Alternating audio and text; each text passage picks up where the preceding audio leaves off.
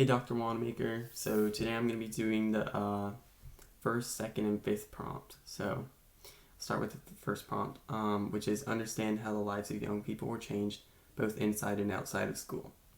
So first of all, Hitler's goal of Volksgemeinschaft, uh, which, which was like a common German people that was culturally the same.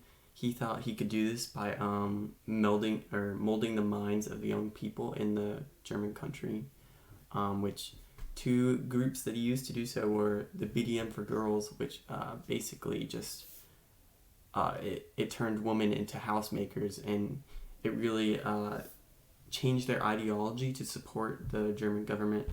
And then also the Hitler Youth for young men, which taught them how to fight, taught them how to serve the fatherland, basically.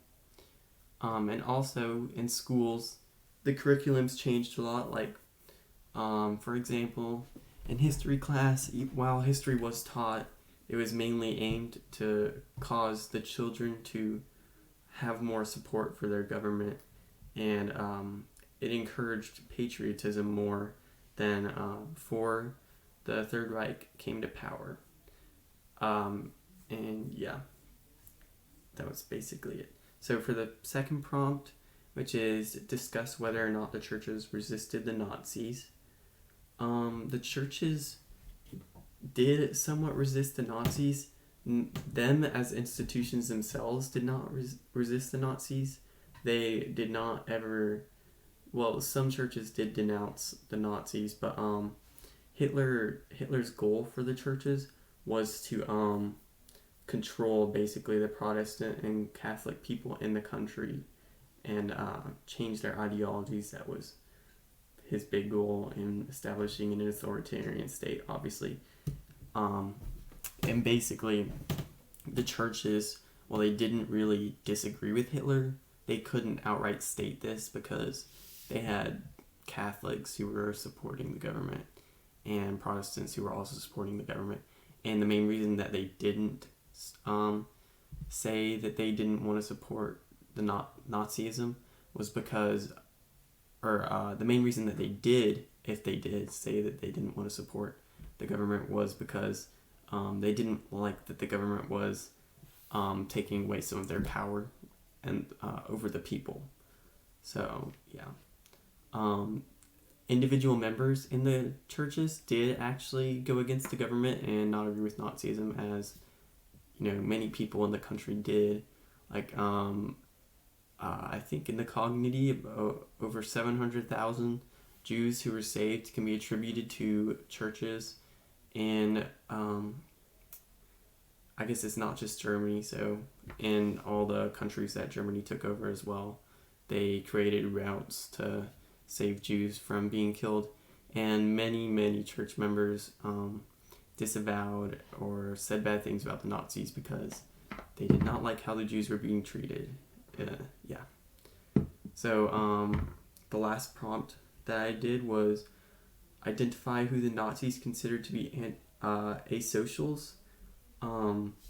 Asocials were basically gypsies, homosexuals, alcoholics and drug addicts, vagrants, beggars, pacifists, conscription resistors, and prostitutes.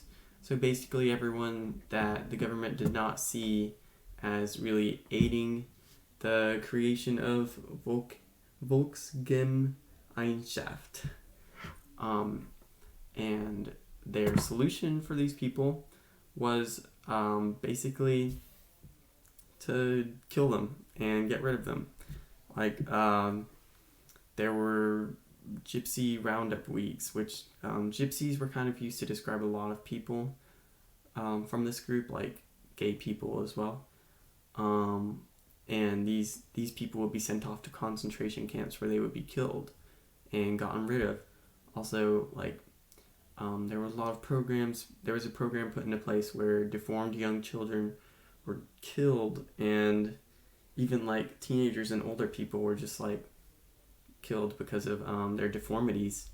And this really this was reinforced by Hitler's ideological change which he incurred on the youth, and the church did disavow some of this, but not that much.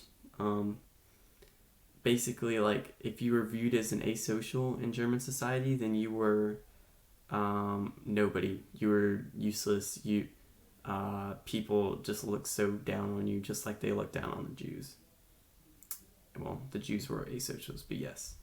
So that's basically everything that I needed to talk about. Thank you, Dr. Wannamaker.